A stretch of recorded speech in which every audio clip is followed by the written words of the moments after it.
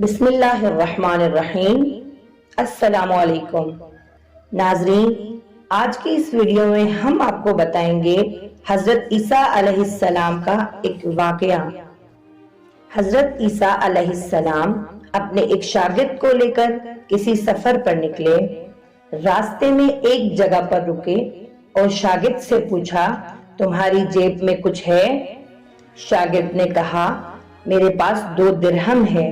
حضرت عیسیٰ علیہ السلام نے اپنی جیب سے 1 درہم نکالا اور اس کو دیا اور فرمایا، یہ 3 درہم ہو جائیں گے، اور فرمایا، قریب ہی ایک آبادی ہے، تم وہاں سے 3 روٹیاں لے کر آؤ۔ وہ گیا اور 3 روٹیاں لی۔ راستے میں وہ سوچنے لگا، حضرت عیسیٰ علیہ السلام نے تو 1 درہم دیا تھا اور 2 درہم میرے تھے، جبکہ روٹیاں 3 ہیں۔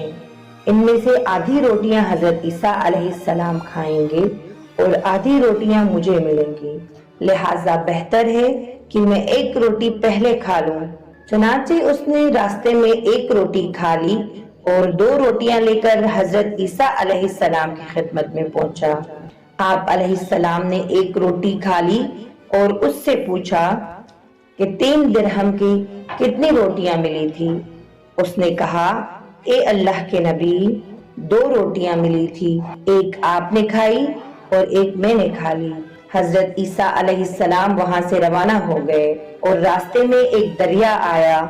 شاگرد نے حیران ہو کر پوچھا، اے اللہ کے نبی، ہم دریا عبور کیسے کریں گے جبکہ یہاں تو کوئی کشتی نظر نہیں آتی؟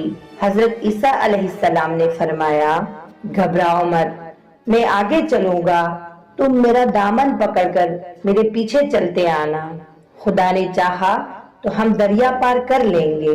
چنانچہ حضرت عیسیٰ علیہ السلام نے دریا میں قدم رکھا اور شاگرد نے بھی ان کا دامن تھام لیا۔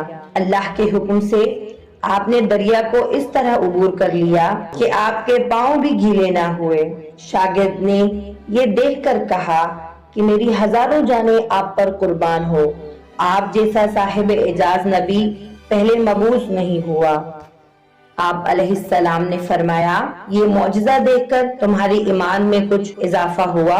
اس نے کہا، جی ہاں، میرا دل نور سے بھر گیا ہے۔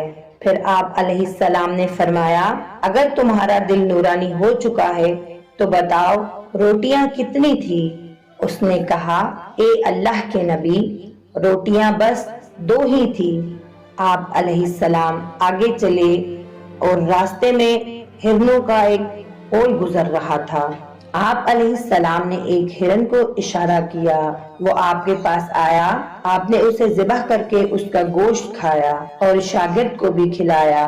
جب دونوں گوشت کھا چکے تو حضرت عیسیٰ علیہ السلام نے اس کی کھال پر ٹھوکر مار کر کہا، اللہ کے حکم سے زندہ ہو جا۔ ہرن زندہ ہو گیا اور جا کر دوسرے ہرنوں سے مل گیا۔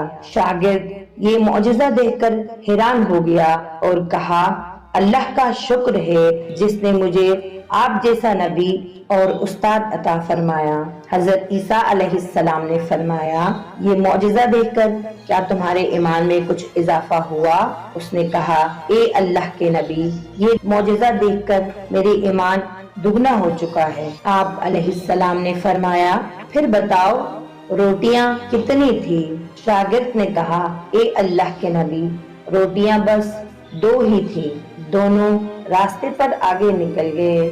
شاگرد نے دیکھا کہ ایک پہاڑی کی دامن میں سونے کی 3 اینٹیں پڑی ہے۔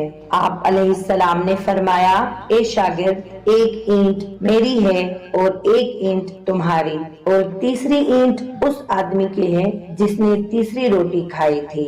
یہ سن کر شاگرد شرمندگی سے بولا، حضرت، وہ تیسری روٹی میں نے ہی کھائی تھی۔ حضرت عیسیٰ علیہ السلام نے اس لالچی شاگرد کو چھوڑ دیا اور فرمایا، یہ تینوں اینٹیں تم ہی لے جاؤ۔ یہ کہہ کر حضرت عیسیٰ علیہ السلام وہاں سے روانہ ہو گئے اور لالچی شاگرد اینٹوں کے پاس بیٹھ کر سوچنے لگا،